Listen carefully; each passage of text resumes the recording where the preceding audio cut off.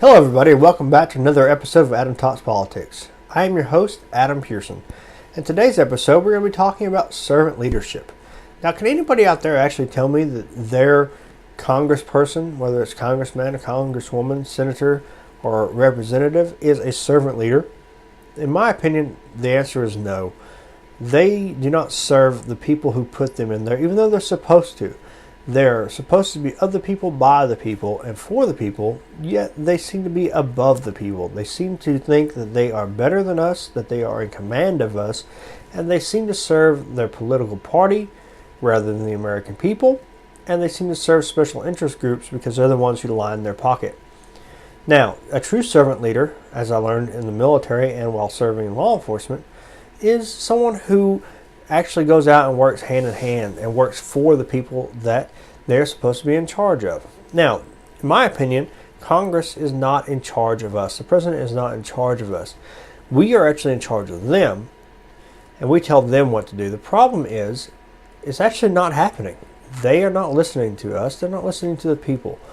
They get in, they tell us all kinds of cool, fancy things to get elected, but when it comes time to actually doing what they say, it doesn't happen.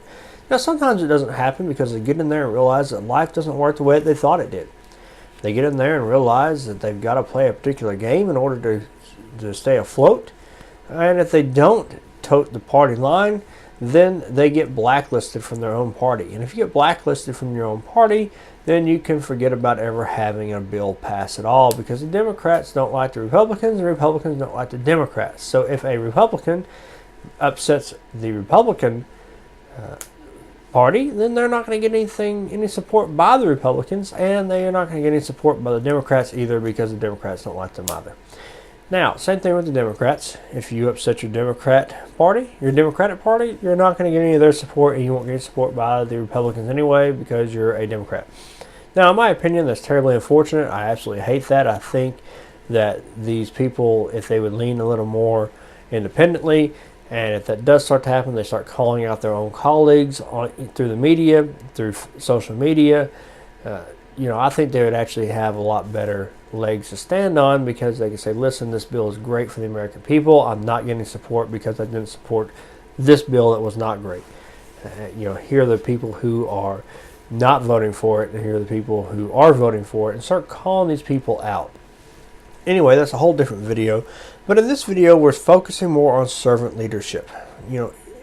If you were an NCO or an officer in the military, those people were typically the ones serving Thanksgiving dinner. They're the ones, if you were out in the field, your leadership people were serving chow to their subordinates.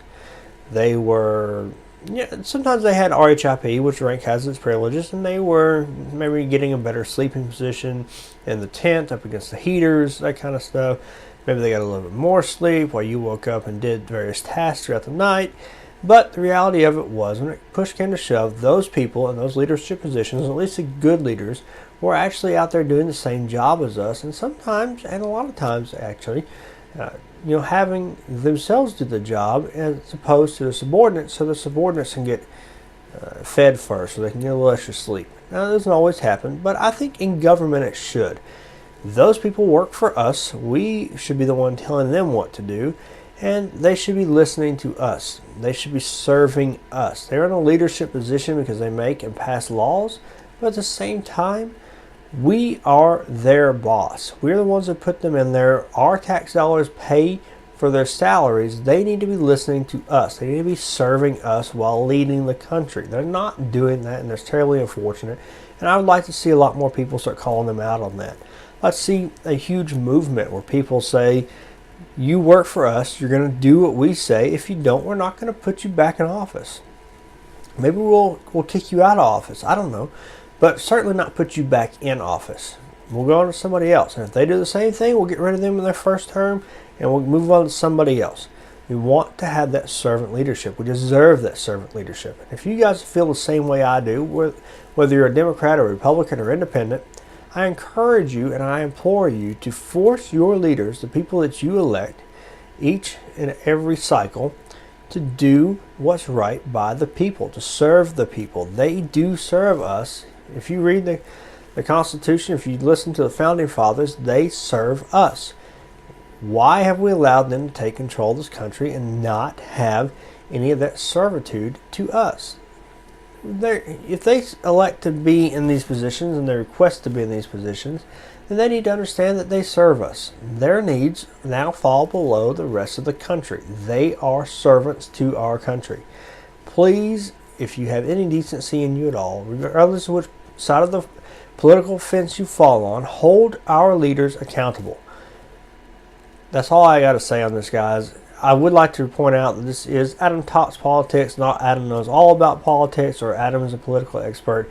Maybe I get it right, maybe I get it wrong. If you guys like what you hear, please consider hitting the subscribe button. You can turn on the bell notification after that. You can not turn it on. It doesn't really matter.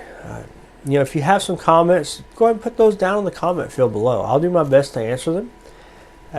You know what? If you are on the complete different side of the spectrum from me, you want to have some hateful things to say in there, maybe I'll answer you, maybe I won't. I like to have honest, thought-out conversations with you. So even if you disagree with me, if you want to have a very cordial, well thought out conversation, I'll be happy to engage in dialogue with you. And understand that I do hold both sides of the political spectrum to the same standard, whether you're a Democrat or Republican.